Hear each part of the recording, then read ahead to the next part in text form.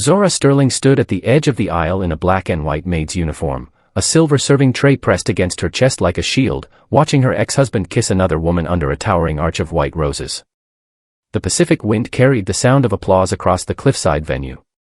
Crystal glasses clinked. The photographer called for another angle. The new bride laughed the way people laugh when they know everyone is watching. And Zora, the woman who had once stood at the same man's side as his wife, refilled champagne flutes for his guests.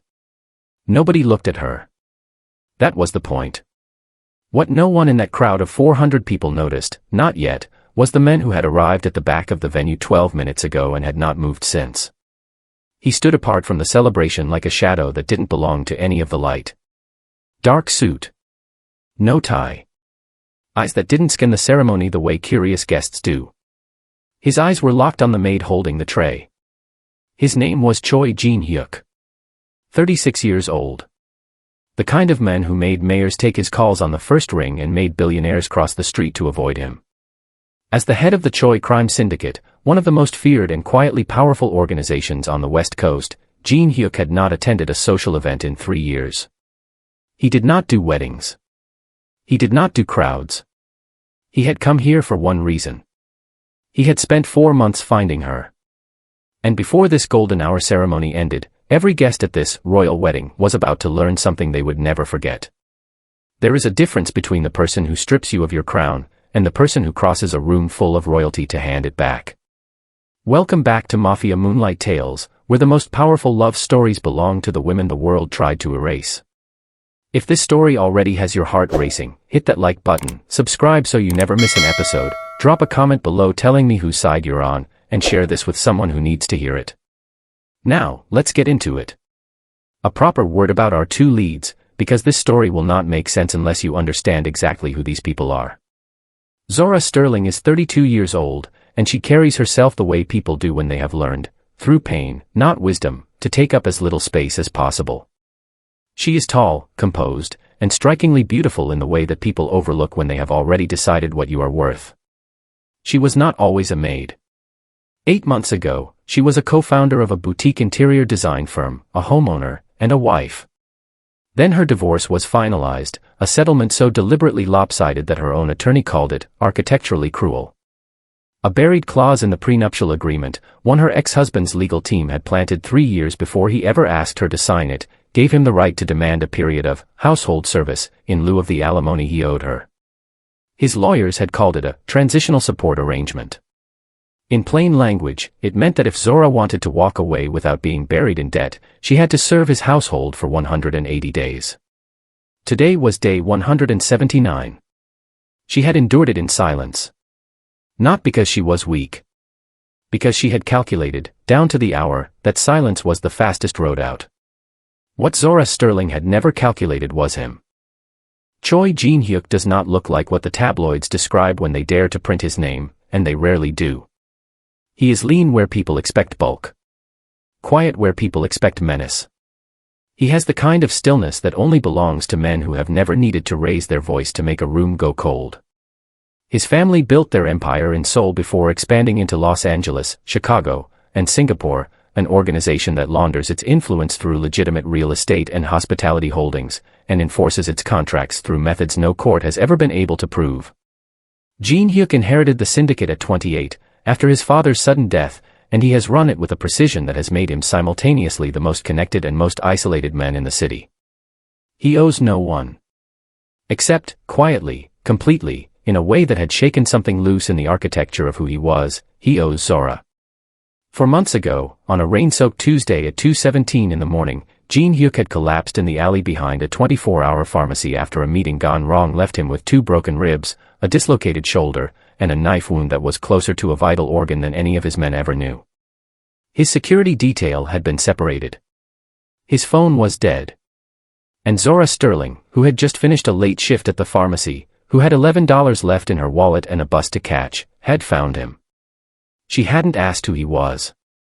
She had spent her last $48 on gauze, antiseptic, and medical tape, pressed her jacket against the wound, and stayed with him in the rain until help arrived. She had left before he could ask her name. It had taken Jin-Hyuk's entire intelligence network 4 months to find the woman who had saved his life, and wanted nothing for it. He found her today. In a maid's uniform. At the wedding of the man who had stolen everything from her. And this, right here, is where the story begins. The head caterer had given Zora one instruction at the start of the morning: stay invisible. She had smiled and nodded, because after 178 days, she had become very good at both. The Callaway estate sat on a private cliff overlooking the Pacific, the kind of property that existed not to be lived in, but to be photographed. White chairs lined a pristine aisle. Floral arrangements taller than grown men framed every corner.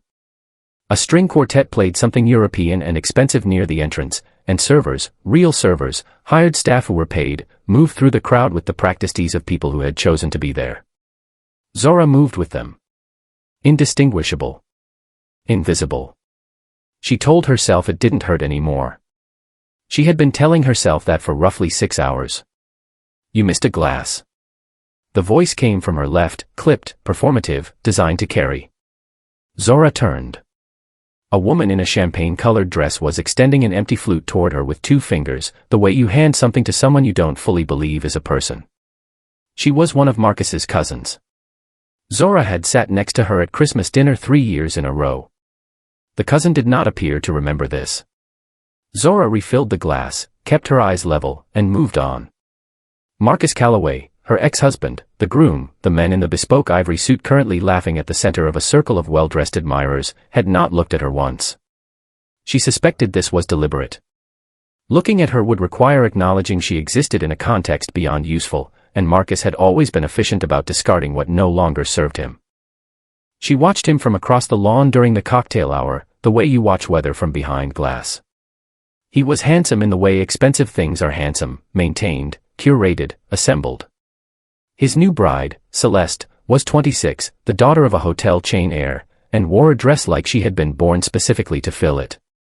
She had greeted Zora at the start of the morning with a smile so thin it barely qualified, and said, "Make sure the floral water is changed every 90 minutes. Flowers are sensitive to heat."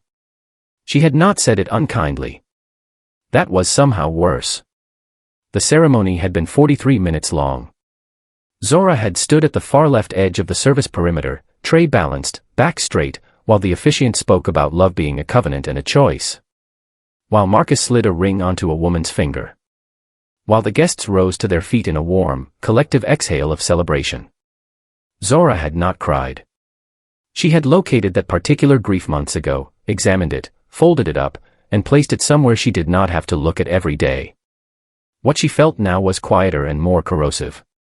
It was the specific exhaustion of being in a room full of people who all knew your history and had collectively agreed not to see it. She had built a life inside this world.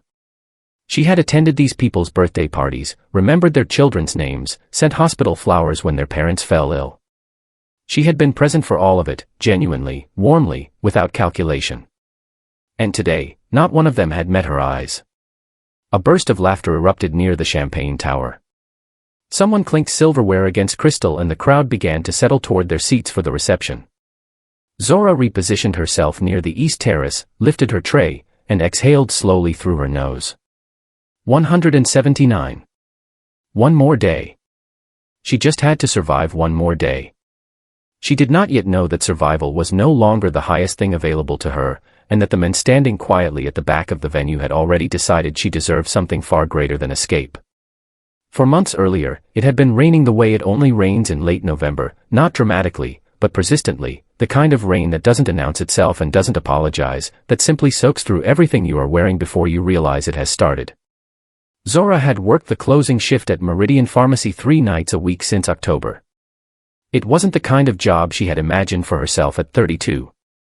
But imagination had become a luxury she could no longer afford, so she had traded it in, quietly, for a name tag and a bus pass. It was 2:14 in the morning when she pushed through the pharmacy's back exit and pulled her jacket tight against the cold. The alley behind the building was narrow and poorly lit, the kind of shortcut she took because the alternative added 11 minutes to a walk she was already too tired to finish. She heard him before she saw him. Not a cry. Not a call for help. Just a single sharp exhale, controlled, deliberate, the sound of someone who had been trained not to make noise under pain and was reaching the limit of that training. He was against the far wall, half-seated, one hand pressed flat against his ribs. His suit jacket was dark enough that the blood hadn't been obvious at first. It was the angle of him, the careful, architectural way he was holding himself together, that told her something was seriously wrong. Zora stopped. Every practical instinct she owned told her to keep walking. It was past 2 in the morning. The man was a stranger. The alley was dark. She had $11 in her wallet, a fractured credit score, and a court-mandated humiliation waiting for her in 131 days. She had no surplus. Not of money, not of energy, not of goodwill for a world that had not recently been generous with her. She crossed the alley in 9 steps. "How bad is it?" she asked. He looked up at her. Even then, jaw tight, breathing shallow, eyes carrying the particular flatness of a man accustomed to revealing nothing, there was something in his face that she would not be able to name until much later. Not surprise, exactly. Something closer to recalibration. "I'm fine," he said. His English was precise and unaccented. "You're not," Zora said simply. She crouched down, gently moved his hand, and looked at the wound. She had taken a first aid certification course 2 years ago for a corporate wellness initiative Marcus had made her organize. She had complained about it at the time. She did not complain about it now. "I need to go back inside," she said. "Don't move." She went back into the pharmacy. She had enough in her account for the bus fare home and a $4 margin. She put gauze pads, medical tape, antiseptic wipes, and a compression bandage on the counter. The total came to $48.60. She paid with her debit card and did not let herself think too hard about it. Back in the alley, she worked quietly and efficiently. He did not protest, which told her the pain was worse than he was admitting. He watched her with an expression she couldn't read, intent, still, like a man memorizing something. "You should go to a hospital," she said. "Someone is coming," he replied. "Then I'll wait until they get here." She sat down on the wet ground beside him, her back against the wall, and waited. Neither of them spoke much. The rain continued its quiet, relentless work. When the black SUVs finally pulled into the alley, Zora stood, picked up her bag, and walked away before anyone could ask her name. She never once considered that the men she had left behind would spend the next 4 months looking for her. The divorce had not broken Zora overnight. That would have been almost merciful. Instead, it had been methodical, a slow, legal dismantling, piece by piece, executed with the patience of a man who had been planning it long before he ever asked her to leave. Marcus Calloway had filed on a Tuesday in March. Zora had found out on a Wednesday, through his attorney, because Marcus had already moved out of their home by the time the papers were served and did not feel the conversation warranted his personal presence. That was the first thing she understood about the version of Marcus she had apparently always been married to. He was not cruel the way people imagine cruelty. He was not loud about it. He simply treated the removal of people from his life the way he treated the cancellation of a subscription service. Quietly. Efficiently. Without sentiment. She had hired an attorney. A good one, she thought, a woman named Patricia Hines who came recommended and wore sharp blazers and spoke about equitable distribution with the confidence of someone who had won before. What neither of them had anticipated was the prenuptial agreement. Zora had signed it 4 years ago, 3 weeks before the wedding, on a Tuesday evening after a 12-hour workday. Marcus had presented it as standard. His attorney had been in the room. Hers had not. She had skimmed it the way exhausted people skim documents they have already decided to trust, initialed where she was told, and signed at the bottom. She had not read page 41. Page 41 contained a clause titled, Transitional Household Support Provision. Written in the kind of language that hides its meaning inside its own complexity, it stated that in the event of a divorce initiated by either party, if the primary asset holder, Marcus, elected to waive the standard alimony structure, the secondary party, Zora, could be required to fulfill a period of domestic service equivalency as a substitute settlement. Duration, 180 days. Terms, defined by the primary party. His lawyers had spent 3 years building that clause. A forensic contract analyst Patricia Broaden later described it as one of the most deliberately buried provisions she had seen in 20 years of family law. Marcus had called it a fair alternative. The alternative to refusing it was worse. Because Marcus had also spent the final year of their marriage quietly, surgically, transferring the shared assets out of joint accounts and into holding companies Zora's name had never appeared on. By the time the divorce was finalized, the estate was leveraged, the firm they had co-founded had been dissolved, and Zora's half of everything they had built together existed only on paper, paper that led, every time, back to a dead end. If she refused the service clause, she would exit the marriage with nothing and owe legal fees she could not cover. If she accepted it, she would exit with her debts cleared and a small cash settlement, enough to start over, barely, after 180 days. She had accepted it. She had not, at the time, understood the full specificity of what Marcus intended those 180 days to look like. She had imagined administrative tasks. Household management. Something impersonal and forgettable. What she had not imagined was standing in a black and white maid's uniform at his wedding, 14 months after the night he had told her their marriage was over, refilling glasses for people who had once called her a friend. This was not an oversight. She understood that now. This was the final clause of a contract written entirely in contempt. Every detail had been chosen. The uniform. The venue. The timing. Marcus Calloway had not just planned a wedding. He had planned an audience for her humiliation. What he had not planned, what no clause in any document could have anticipated, was who had already bought his ending. The first sign was the birds. The estate's grounds ran along the cliff's edge where a row of tall cypress trees stood like sentinels at the perimeter of the reception lawn. They had been full of sound all afternoon, the small, unremarkable noise of birds doing what birds do at golden hour. Zora noticed, without quite registering why she noticed, that at some point between the salad course and the entree, they had gone completely silent. The second sign was the security team. Marcus had hired 4 private guards for the wedding, broad, professional men in dark blazers stationed at the entrance gates and along the garden perimeter. Zora had passed them a dozen times throughout the day without incident. But sometime during the reception's first hour, she caught the nearest guard pressing 2 fingers to his earpiece with the focused stillness of someone receiving information that required immediate recalibration. He turned toward the main entrance. His posture changed in a way she could not have described precisely but understood instinctively. Something had arrived. She didn't have time to think further about it, because Celeste's mother appeared at her elbow requesting sparkling water with lemon and no ice, and Zora redirected herself automatically toward the service table. She heard it before she saw it, not a sound, but the absence of one. A pocket of quiet that moved through the reception the way a current moves through water, table by table, conversation by conversation, until the nearest cluster of guests simply stopped talking mid-sentence and turned toward the garden entrance. Then she saw him. Choi Jin-Hyuk walked into the Calloway estate the way powerful men enter spaces that don't belong to them, without hesitation and without announcement, as though the question of whether he was welcome had simply never occurred to him as relevant. He wore a dark suit with no tie, the collar of his shirt open exactly 1 button, and he moved with the particular economy of a man who had never needed to perform authority because he had never existed without it. He was not alone. 2 men followed at a measured distance behind him, neither looking left nor right, neither tense nor casual, existing in that precise professional stillness that told anyone paying attention these were not wedding guests. Nobody approached him. Not the event coordinator who had been managing gate access all afternoon. Not Marcus's security team, though Zora could see 2 of them speaking urgently into their earpieces. Not the wedding planner who had, until 60 seconds ago, been efficiently redirecting every uninvited variable with cheerful authority. They all simply stopped. The string quartet, Zora noticed, had not. They were still playing, technically. But the cellist had lost the rhythm, and the melody had developed a fragile, uncertain quality, like a sentence trailing off before it reaches its point.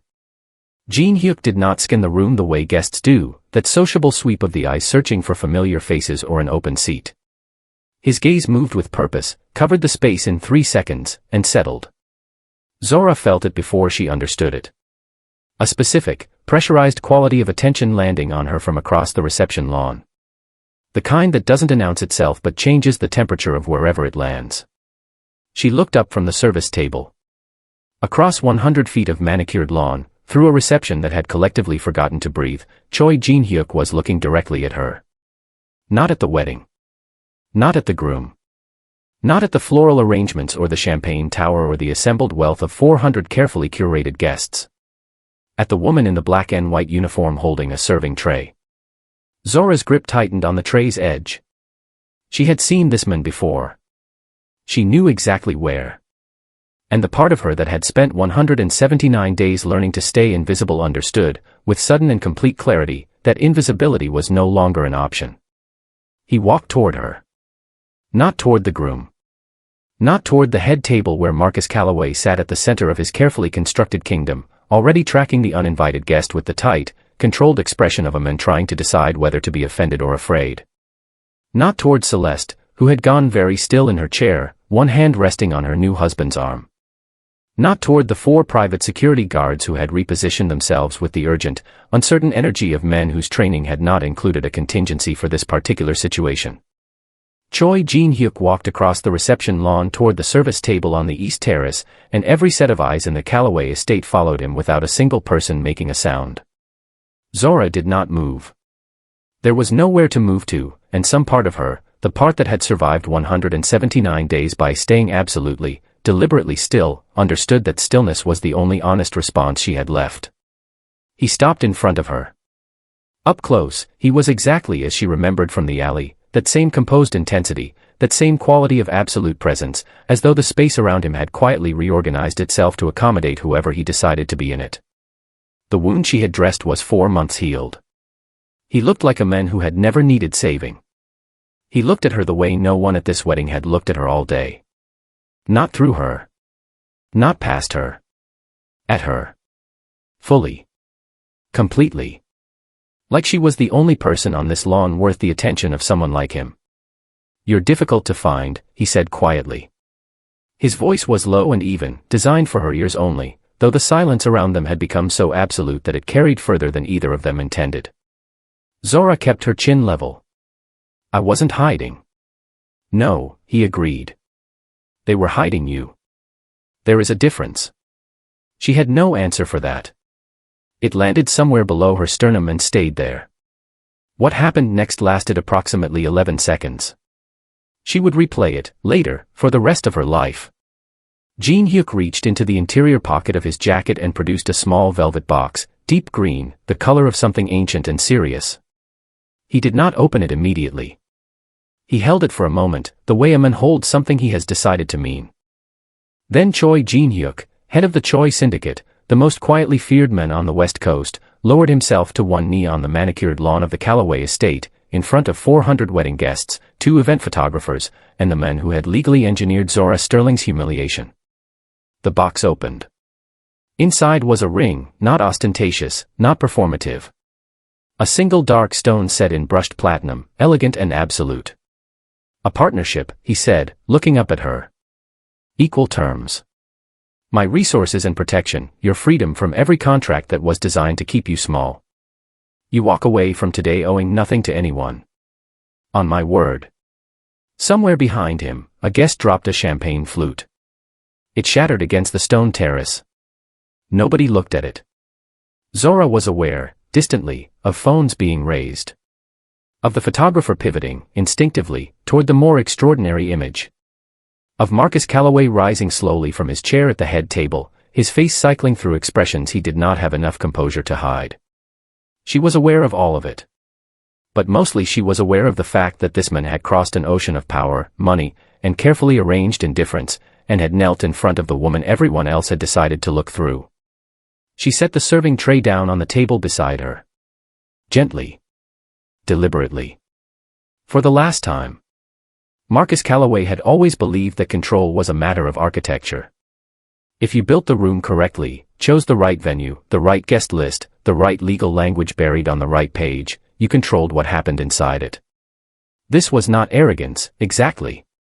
It was a philosophy he had tested and proven across 15 years of business deals, social maneuvering, and one very carefully engineered divorce. He had built today's room with particular care.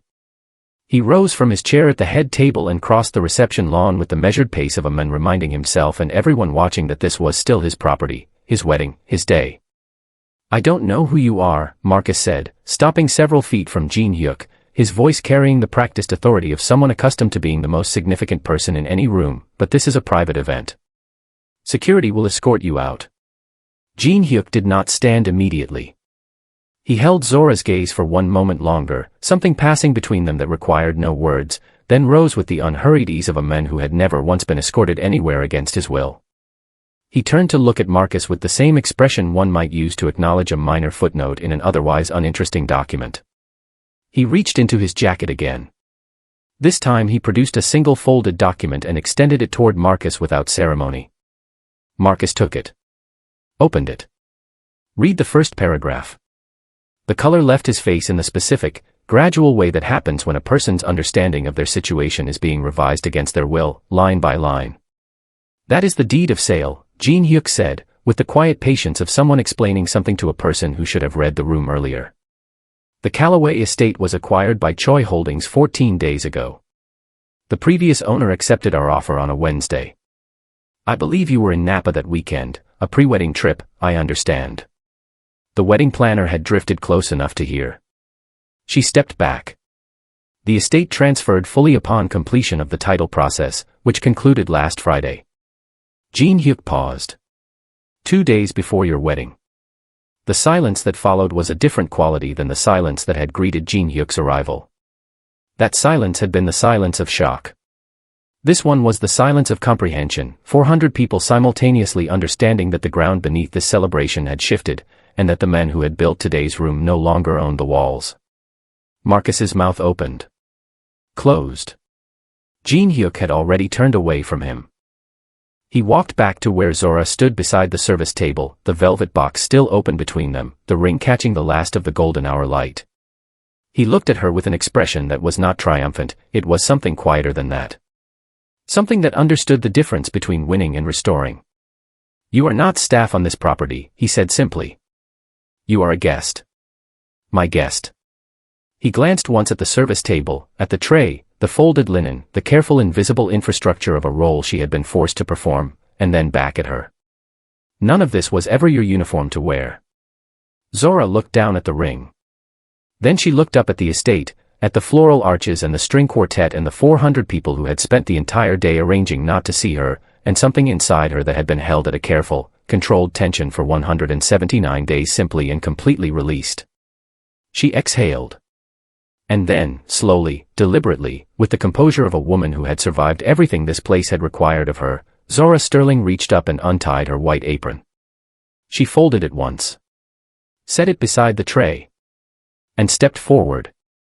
They left the estate before sunset. Not dramatically, no grand exit, no final words exchanged with Marcus, no backward glance at the reception that had dissolved into the particular chaos of an event that has lost its center of gravity. Zora simply walked through the garden entrance beside Jin-Hyuk, his jacket now folded over her shoulders against the evening chill, and did not look back once. Looking back, she had decided, was a habit she was formally retiring.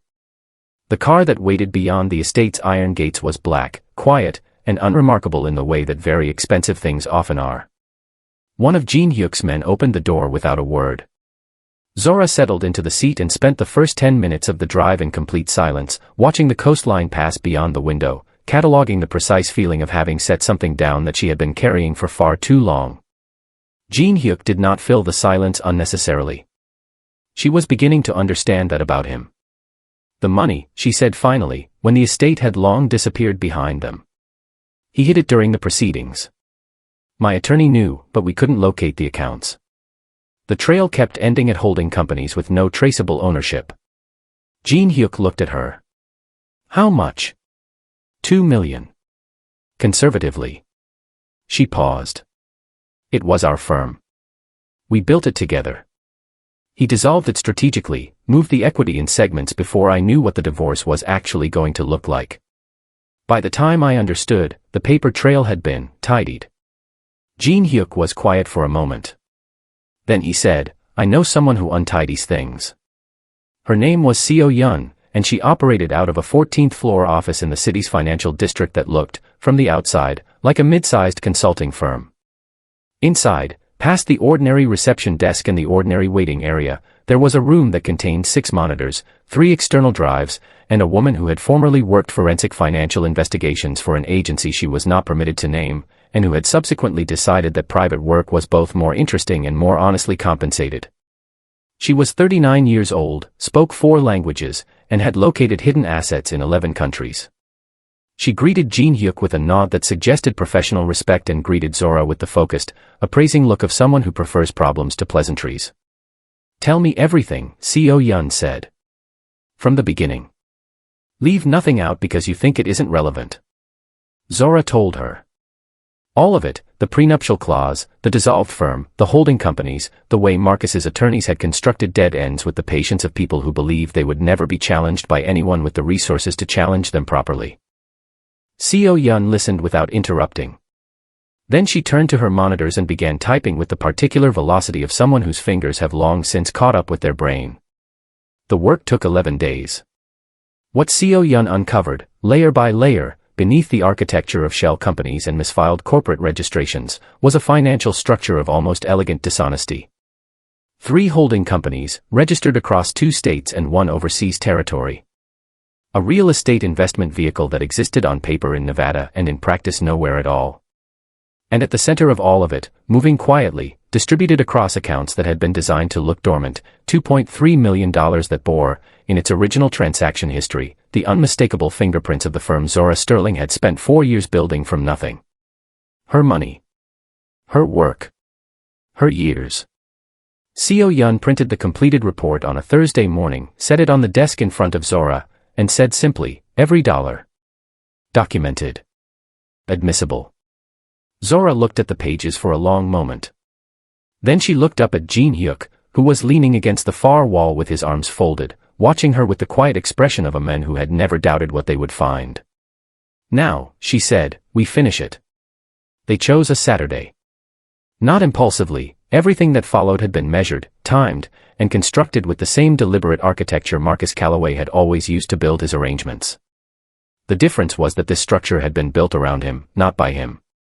And he would not see it until he was already inside it. The wedding reception had been extended, by popular social demand, into a weekend celebration at the estate.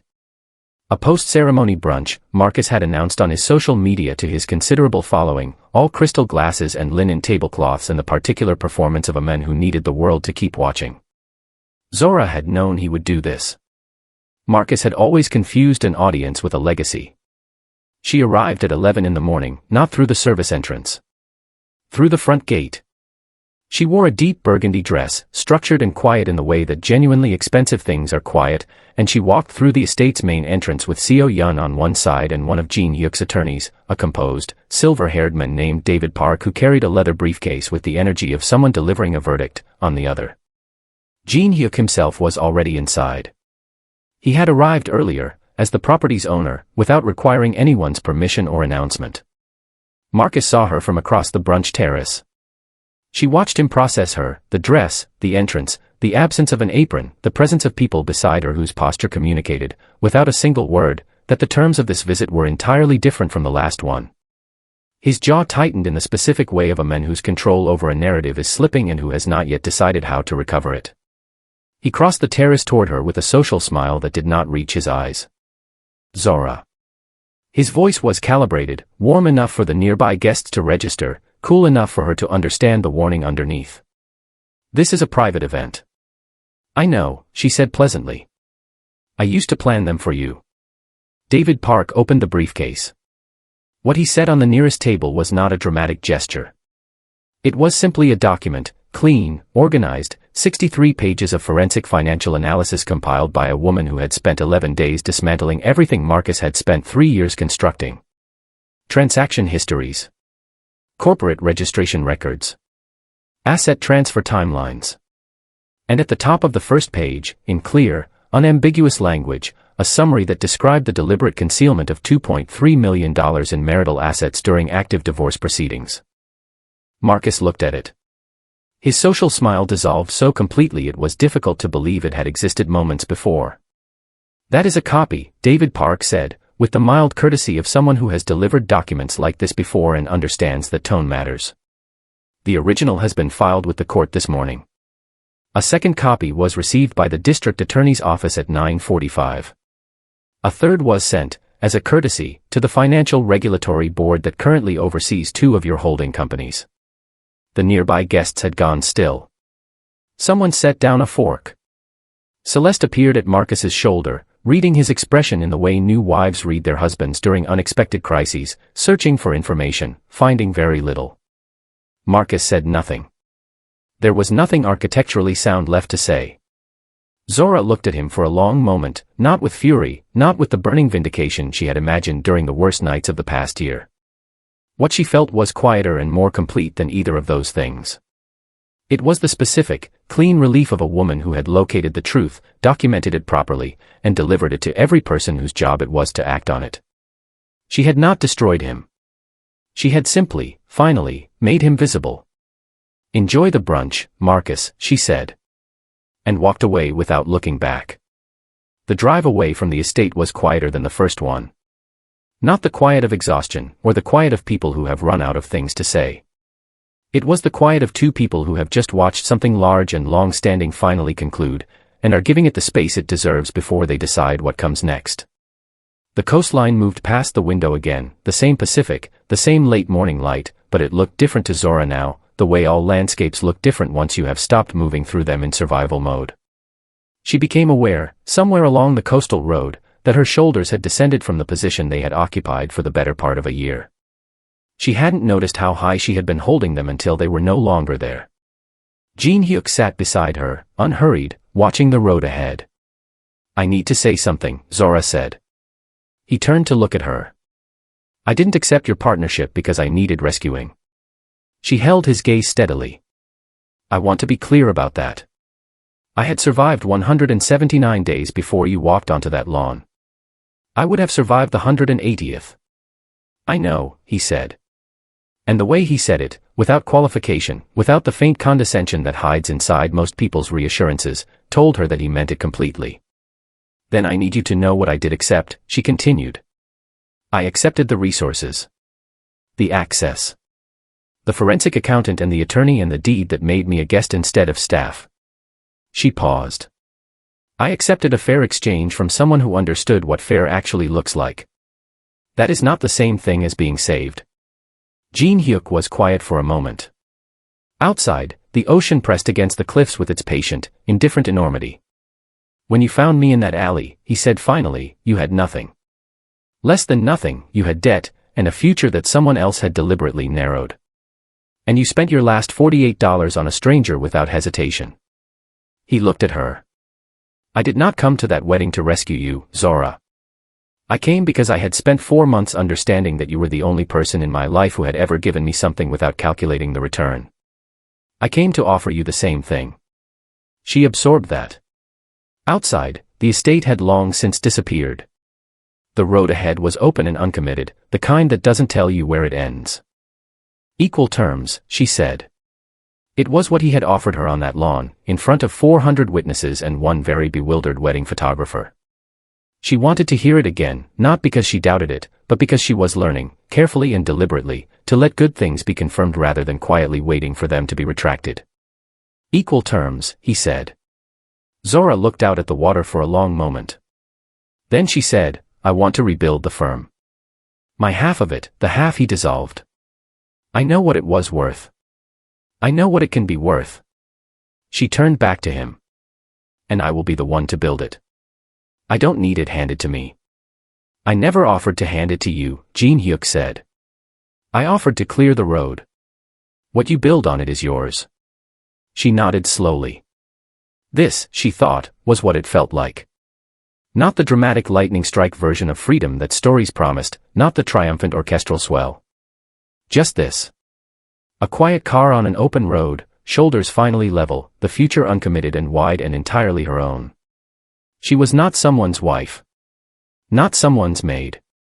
Not someone's cautionary tale or quiet embarrassment or buried clause on page 41. She was Zora Sterling. And she was just getting started.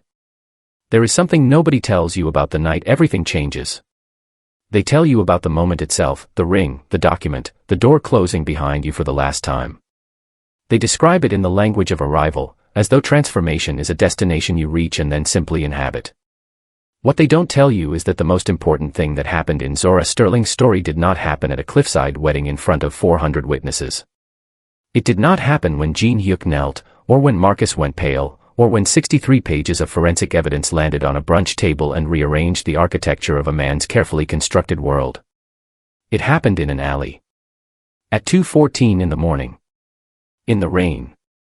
When a woman with $11 in her wallet and a fractured future and every legitimate reason to keep walking, stopped. That is where Zora Sterling's story actually turned. Not when fortune found her, but when she revealed, in a moment that asked everything of her and offered nothing in return, exactly who she was when no one was watching and no reward was possible. This is the thing about internal status. It does not announce itself. It does not require an audience, or a title, or a favorable clause in a legal document. It is simply the sum of the choices you make when the choosing costs you something real, and nobody will ever know you made them. Marcus Calloway had external status in abundance. The estate, the guest list, the bespoke suit, the social media following that watched him perform a life he had partially built on someone else's labor. He had accumulated every visible marker of significance that the world reliably recognizes and rewards. And he had used every one of them as a tool, not to build anything that mattered, but to maintain control over people he feared might one day see him clearly. This is what external status does when it is all a person has. It becomes defensive. Brittle.